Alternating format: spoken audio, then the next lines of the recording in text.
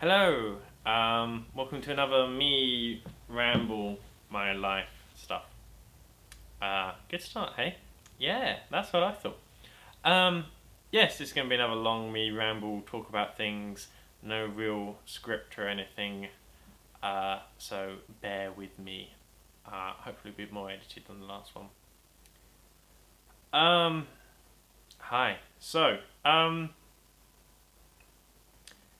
I've normally said in the past when people sort of talked about stress and things that I like stress because generally I'm more stressed in situations where I'm doing things and I enjoy doing things, and doing things is nice, it's fun, it's good. And so because I like doing things, particularly when things are getting closer to a deadline, I like the stress, I like the excitement of that. Even things like exams, I like the adrenaline rush you get before exams. I don't know how normal it is, but I'd get sort of that sort of withdrawal after exam time when you've got all of that adrenaline rush for an exam, and then it sort of dies away, and then sort of suddenly you don't have that adrenaline rush after all of your exams are done. So I preferred having the exams than not having the exams. I preferred, would rather have a day in the theatre where lots of things were going wrong and I had to fix everything than days when, never that not enough that I'd sabotage a show or anything, don't get me wrong. I will try and make things run smoothly, but I liked things when I didn't like it when things went wrong, but I felt more alive when things were going wrong. When you're trying to fix a problem, there's something very satisfying about that. Who'd have thought, someone who likes puzzle games likes fixing problems. But, that... And then particularly sort of when running theatres and things, it's like okay, there's the small period of time where it matters, and then there's a show, and then a small period of time where it matters again. And so for me, there's very much or particularly in those times, there's a stressful period where you have no control over things. But it's all excitement, and so that I've always seen sort of stress as probably not good for me, but I kind of enjoy it, and I'm also a person who, procrastinates quite a lot and doesn't do things, and stress can also force you to act in a way, It, as we all know, it creates that fight or flight response, and I'm more of a fighter. A push comes to shove, but I'm definitely I need a push to get there. So for me, there's definitely a part of it of, yes, it's stressful to leave everything to the last minute, but things don't get done until the last minute, so I have traditionally had stress as good. At the moment, I am finally understanding why stress might be a bad thing. So I'm probably more stressed now than I ever have been. I very much feel like everything's crumbling around. I am incredibly self-conscious, more so than I think I've ever been in my life. Honestly, I can walk down the street with face paint and forget, and I block people out.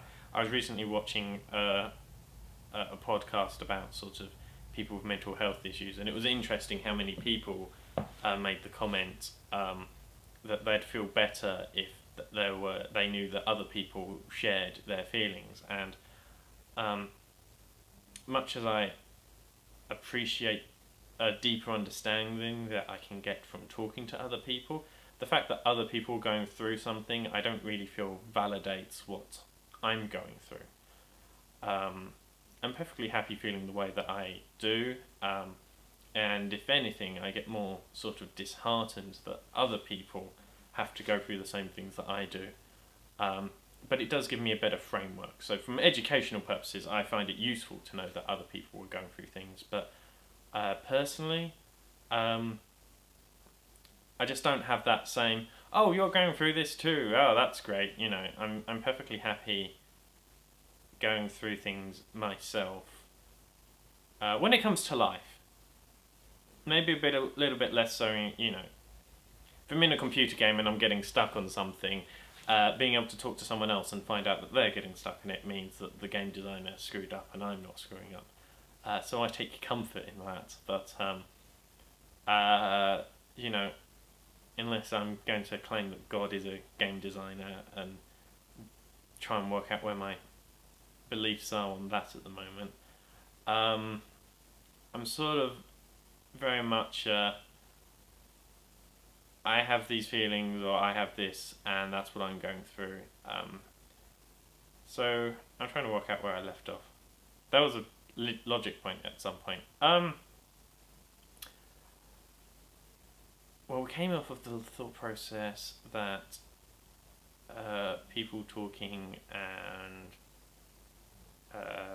stress. Oh, other people feeling validated and me feeling more stressed than before and not caring about that. That was where we were. So, yes, I'm very stressed at the moment.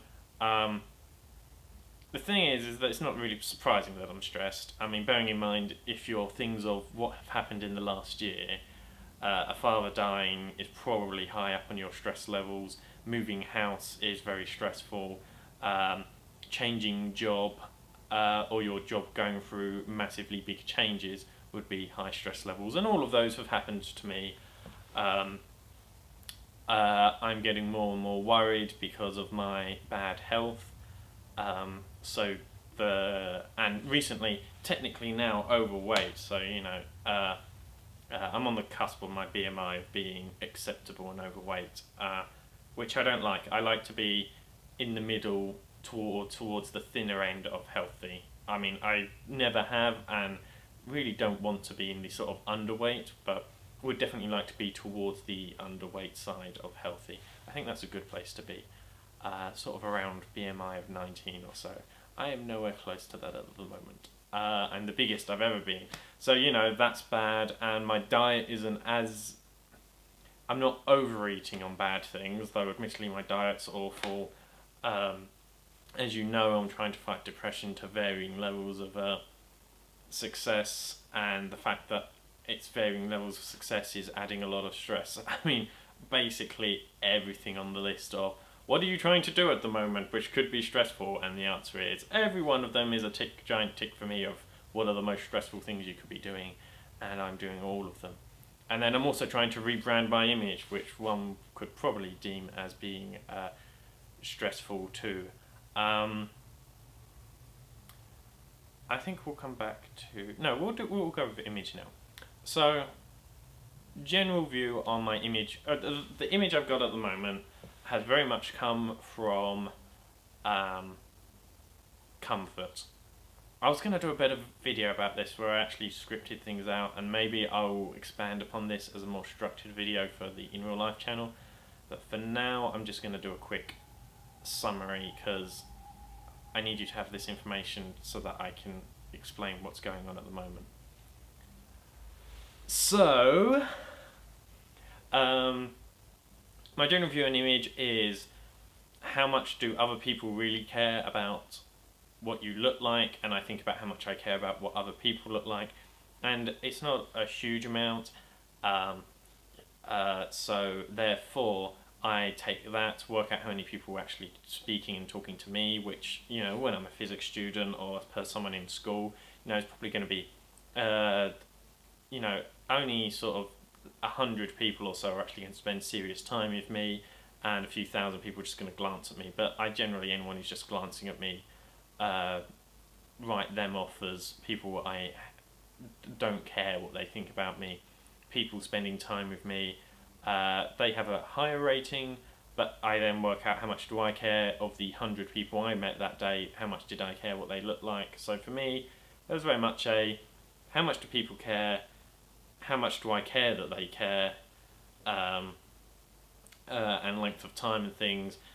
Squash that all together and you should work out how long you should spend and care about your appearance, and things like that just all went together, and it was just basically, I feel I'm offering more to the world than looks. I'm not saying that I'm bad looking, and I'm not saying, I'm just saying that I'm not good looking. I think I'm fairly bland, average, middle of the ground, and that's not that I feel that I'm undervaluing myself. Statistically, people have to be spread out, and I don't think that people are going, oh my god, what a catch. But I also don't think people are going, oh my god, why on earth would anyone go out with you? I think I'm just a physically boring person.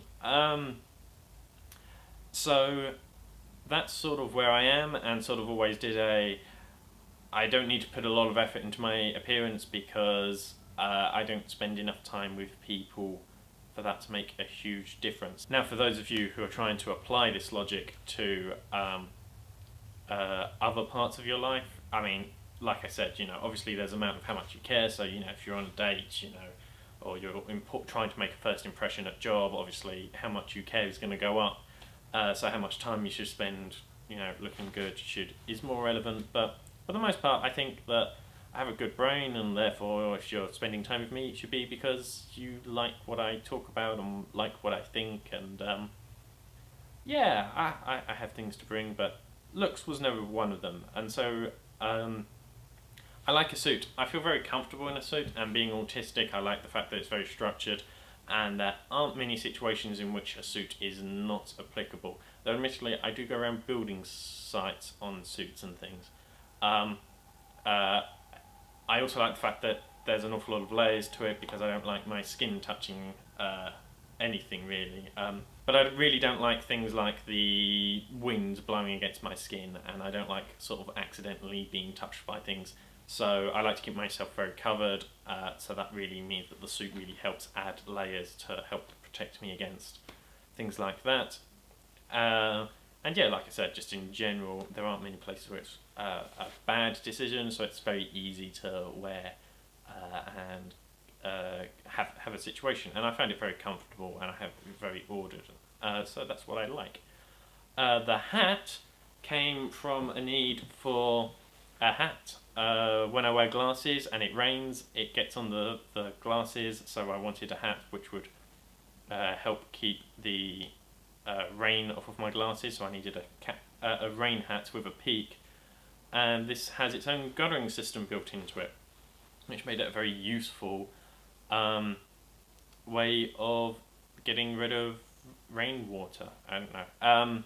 But then it's also useful in the sun, and I particularly got it when I was working at the Edinburgh Fringe Festival, and Edinburgh is in Scotland, but it has a very temperamental climate.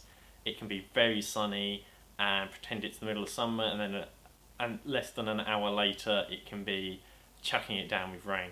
So having a hat that worked very well for very hot situations and keeping suns out of your eyes, and then also could work at just getting rid of water when it rained 2 seconds later, was definitely something that I was looking for.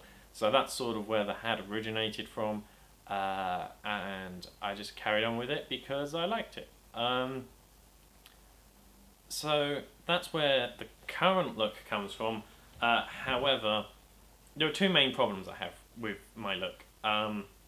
One is that my old calculations of, hey, there aren't many people looking at me, was based on the fact that I was a student in the school, or someone just working somewhere, and it was basically built upon a premise that people weren't, watching me on their screens with just watching me, or watching me and my best friend, and hundreds of thousands of people doing that. And that's what's happening now. So clearly my old calculation of how much does my image matter, that has slightly gone up in the last year, of how much should I care about my appearance, which is one of the reasons I've wanted to reshape it. One of the other things is, because I'm not very good at starting conversations, the problem is, it's not really a problem, but part of our society is that, one of the first things you say to people is in your appearance and how you are introduced. The first impression is very important. And so for me, I often feel that I make the wrong first impression. I mean, part of it is sort of, I changed my name so that, I have a more interesting name, so that helps generate conversation and points out that I'm not necessarily just the average person, and perhaps have a little bit more to say. But I mean, at the convention the other day, I managed to sort of have a conversation with someone who picked me out as a non-geek or a non-nerd because I wasn't in cosplay, I was wearing a suit, and I'm starting to look a lot older than I think I am. That's not, I don't know how old I am. It's more of a, I think I look older than I am. And I see myself more as a young creative type, and I think I dress more, and my appearance is definitely tending towards looking like an older, non-creative type. Perhaps someone who's more interested in money, which of course is something me and Dan are rubbish at. So another part of it is wanting to come up with a look that is something that I'm still comfortable with, but something that's very much more me, out of the box. Yes. More spoilers than that later, I'm sure. So that's the first part. So in connection with that sort of rebranding, I was already getting quite self-conscious about A, just that first impression, but B, then particularly being a man, this has started to happen. So I had, one of the original reasons I grew out my ponytail was because I said when I was 15, chances are I'll go bald at some point, so I'd rather grow out my hair and experience long hair while I can, because I won't be able to necessarily do that when I'm older. And lots of experiences when you're a teenager, you go, oh, I will do this, you know. And obviously things like, you know, I may be a father and experience being a father. That's not something you want to rush into. That's something that if you can do other things beforehand and then put that on, because that's quite a big commitment, being a father. You know, I mean, I'm not sure if it's still something I want to do, but you know, it's a big commitment. It goes at the end of the list. Growing your hair out, something that's a higher priority, so that's where I decided. So last time I had a haircut, for example, it was a number 4 all over. Not even kidding you, I've just grown my hair out from there, and just wanted to experience that. So that started all when I was about, I don't know, like 15, 16, I knew that. So for over a decade I've known that chances of me going bald were reasonable, just based on me being a bloke. And on top of that, I then had that sort of, so just sort of slightly being aware of hairline and things. Now, through 6th form, I may have started to lose a bit of a hairline, but it was nothing that I really noticed. Started to be a bit more aware of it at university. As we've got out of university, I became more and more aware of it, particularly as I became more self-conscious. So one of the reasons that I particularly focus on having the hat is because my hairline is currently this, which I don't know if you can see, but I think my hairline should be there. So I've lost quite a bit even at the front, and then at the edges, huge amounts of hair loss. I mean, this was something that was already phasing me, and then at winter, I found out that I was getting particularly cold at the back of my head. I don't know how much my focus is in focus in the first place, or how much this is going to ruin it. But as you might be able to see here, I'm going a lot thinner on top, which I was not aware of until winter, at which point I completely got sort of more paranoid on the, oh no, it's all going wrong. So this was something that I was aware of and wasn't a huge problem, but was part of an ongoing, okay, I'm going to come up with a new look. Like I said, from when I was 10, I sort of said, I'm going to grow out my hair, then shave it all off and start wearing wigs. That was always the plan. And so, in theory, I'm just sticking to the plan if I was to shave it all off and start wearing wigs. However, it seems more scary now. The reason that I'm particularly stressed at the moment is because this choice is no longer mine. Because, okay, I don't know how well this is going to come out, but basically I've got a giant bald spot right here. I'm guessing you can see that. I also have a spot which is a lot harder to see right here on the back of the neck, where all of the hair's just completely gone, and it is scaring me. Like that's for me, that's not normal going bald. Normal going bald is here and at the back of the head, because I don't have that on the other side. On the other side, I've got hair, but it's made me terrified. I don't like. Every time I go and touch the back of those, it freaks me out. I don't like being able to touch it, and I don't know how much of it's in my head. I don't know how much of it is hypersensitive because my brain's going, you've got a gap here and you can feel things that you shouldn't be able to feel, and I don't know how much of that is just my brain saying, you can feel things that you shouldn't be able to feel. And how much of that is actually it being skin that is sensitive due to me actually having something. I don't know if I do have anything. That is all going to be part of a test. So yeah, I went to a doctor about that. I'm seeing more doctors tomorrow. Let's stick with this. So this is kind of freaking me out just because I've been watching some people with trichomania, and I know I don't have it, but the fact that I've seen the similar bald patches is now making me completely paranoid when I touch it. I'm scared to even sort of wash my hair, or I'm so careful with it and I can't really touch it. And even when I'm not wearing my hat back just round the flat, I've got a sort of a cap that I've been wearing. It's a thing that you wear under wigs that I've been putting over my head just to stop me from being able to touch my head, because I'm finding it so uncomfortable to actually do that. And yeah, I'm just getting overly paranoid. I'm too scared to sort of even wash it or brush it or anything because I don't want more to fall out, and I get the feeling that, yeah, it's just, I don't know, I liked my hair. I didn't, then I did, then I didn't. I haven't been able to have a fringe for a long time. I think by the time I'd tried enough different hairstyles and said, you know what, I really like myself with a fringe, I managed to work that out sort of by the time I was sort of like 19 or so. And by that point I'd already worked out that the front of my hair was too thin to be able to pull off a fringe properly. So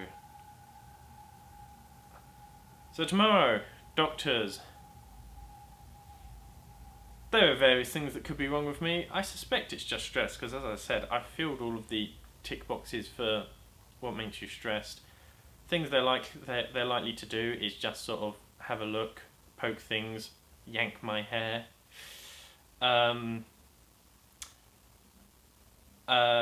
Small chance of a biopsy, which I do not deal well with talking or thinking about my body. I really do not do well with things like injections and things like that. So biopsy or possible blood test are things that might be happening, and they are freaking the fuck out of me too. I've never given blood before. Not because I think it's a bad thing. I think that you definitely should give blood if you don't have an issue with needles. Needles definitely cause me to have small panic attacks. I do not like them. Actually, I don't have any problem with blood by itself, but yeah. Okay, I just saw myself in the monitor. This is going back on. Yes, so so tomorrow's a bit scary. Oh, and then my tailor, or I can't even remember what Dan called them, clothorian or something, has phoned me about the new outfit. So tomorrow my sister's going to come up and try and look after me and take me to the doctors in case I need injections or things which scare me. Or I've also decided that I'm going to talk to them about sort of mental conditions and things, and mental health, to see if there is possibly something to help deal with my depression drug-wise. But I doubt they're going to do that because, from what I can tell, one of the things they're likely to do is give me steroids for the alopecia, which in some ways would be good because, you know, I'd like a little bit more muscle definition, but you know, I hear it. But basically, all I know about steroids is the sort of classical view, rather than probably what they really are. But the classical view of them messing with your hormones, for a depressive who struggles with his mental state, it does not sound like a good idea to me. So yeah, not looking forward to that if that's the cure. Not looking forward to blood tests. Small chance it could be something like diabetes, or probably highest chance is it's just genetic and I'm going bald. Or stress, and there's no way that me finding out that I'm too stressed is going to calm me down, because most of the things that are in my stress are just me trying to be a better person. And if me trying to be a better person is causing me stress, me acknowledging me as I am is not a happy thought, so that's not going to make me less stressed. Basically, I'm feeling a bit sort of closed loop. So yes, my sister's coming up. We're going to go wig shopping afterwards. She's going to take me to the tailor, mostly probably so we can film things and then play some board games and stuff and try and calm me down.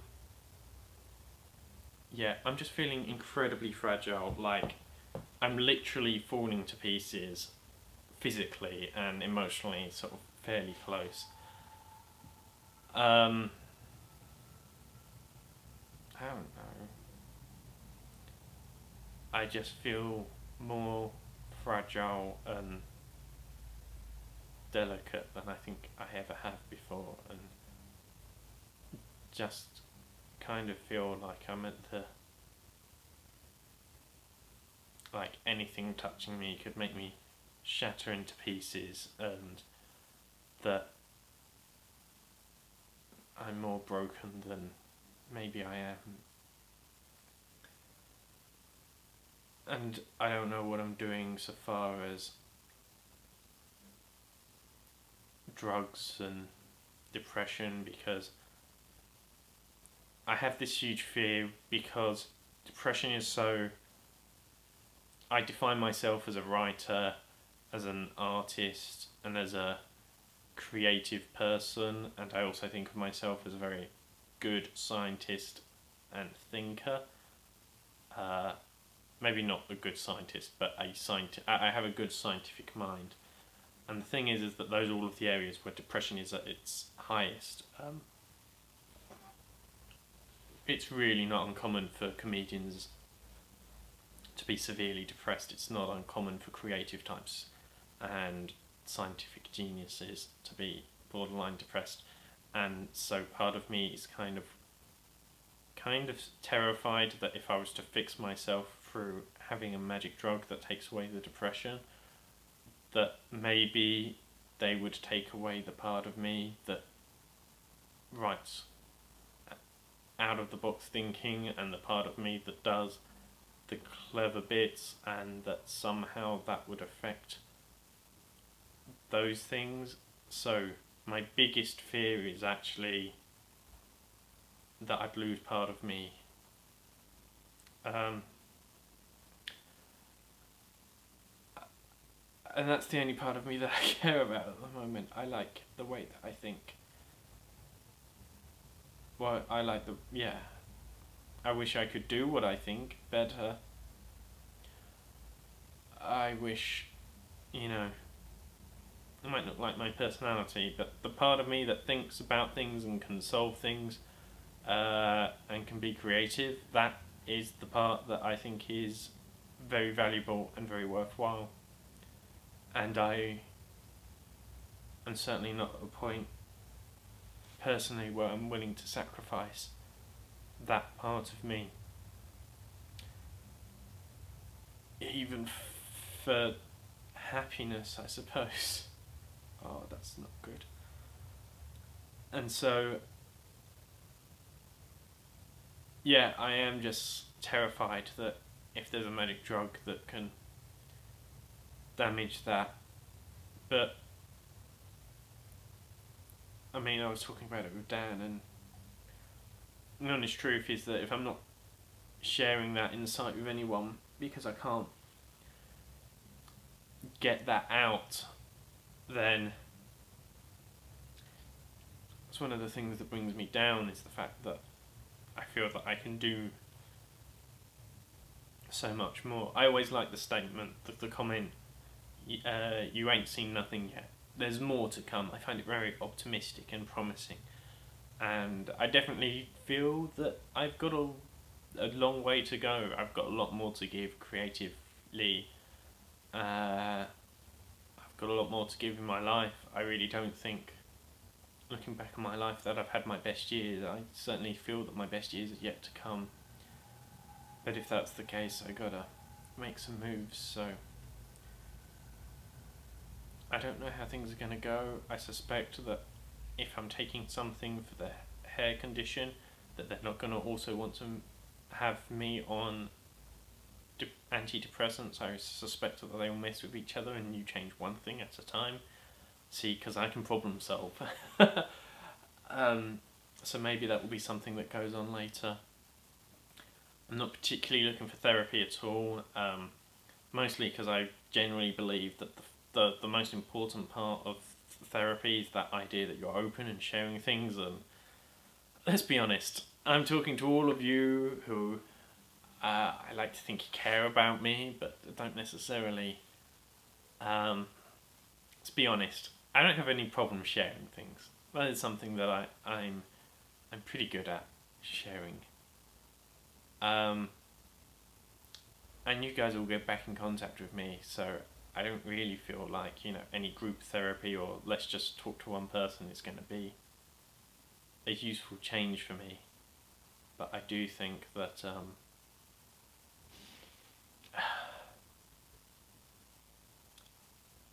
I don't know.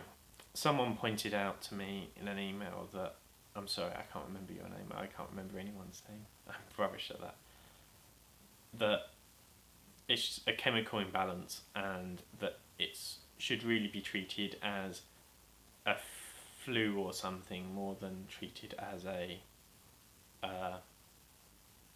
part of a personality, even though it is also something that won't necessarily go away.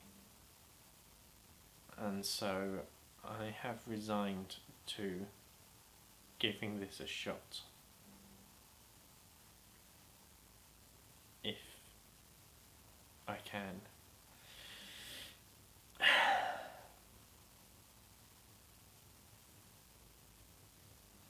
don't know what else to say. I can't remember what else was on the list.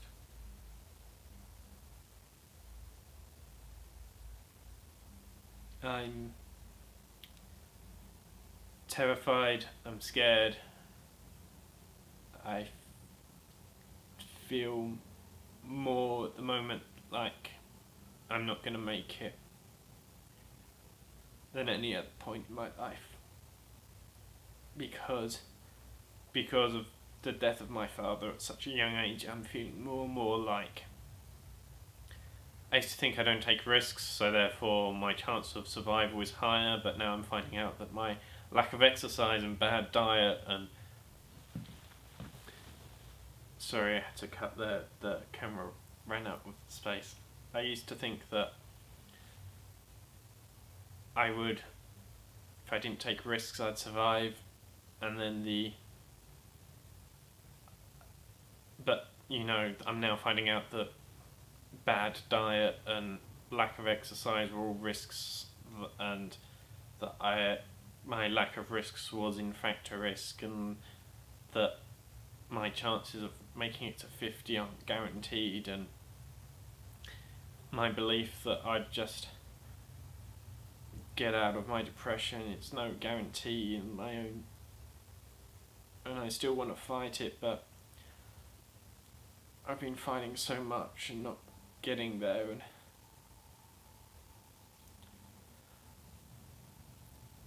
I'm now worried that it could all go away, but I'm just not me and no longer capable of doing what I wanted to do, or that it doesn't work and I can never get out of this, or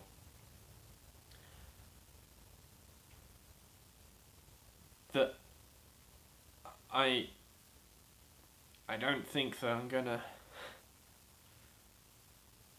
I'm just, oh, I don't know.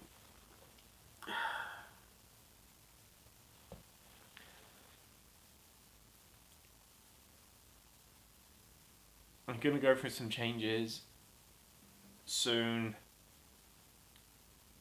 and I don't know whatever it is, but I get the feeling that it's gonna be significant, whether that's me no longer having any pretense of hair, or I suppose literally no real hair. I mean, pretense of hair, if I'm going with wigs and things, I all have, but no real hair, and no, I don't know, psychologically, there's a chance that, you know, I'll have something like diabetes and things, which, as explained, I don't like having injections, and I need to focus on my diet, but I'm also trying to focus on my psychology and trying to be more outgoing and trying to focus on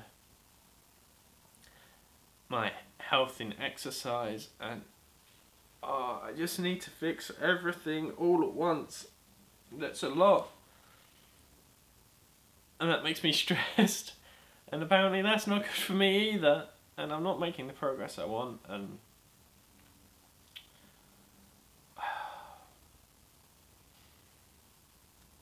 life is hard, doesn't get easier.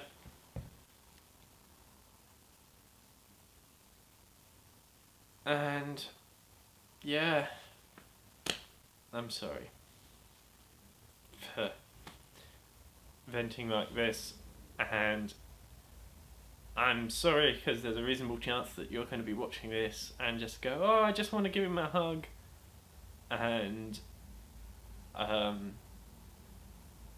I'm sorry that you can't do that, because I watched someone else do something similar and I wanted to give them a hug, and I don't know, I just needed to say this.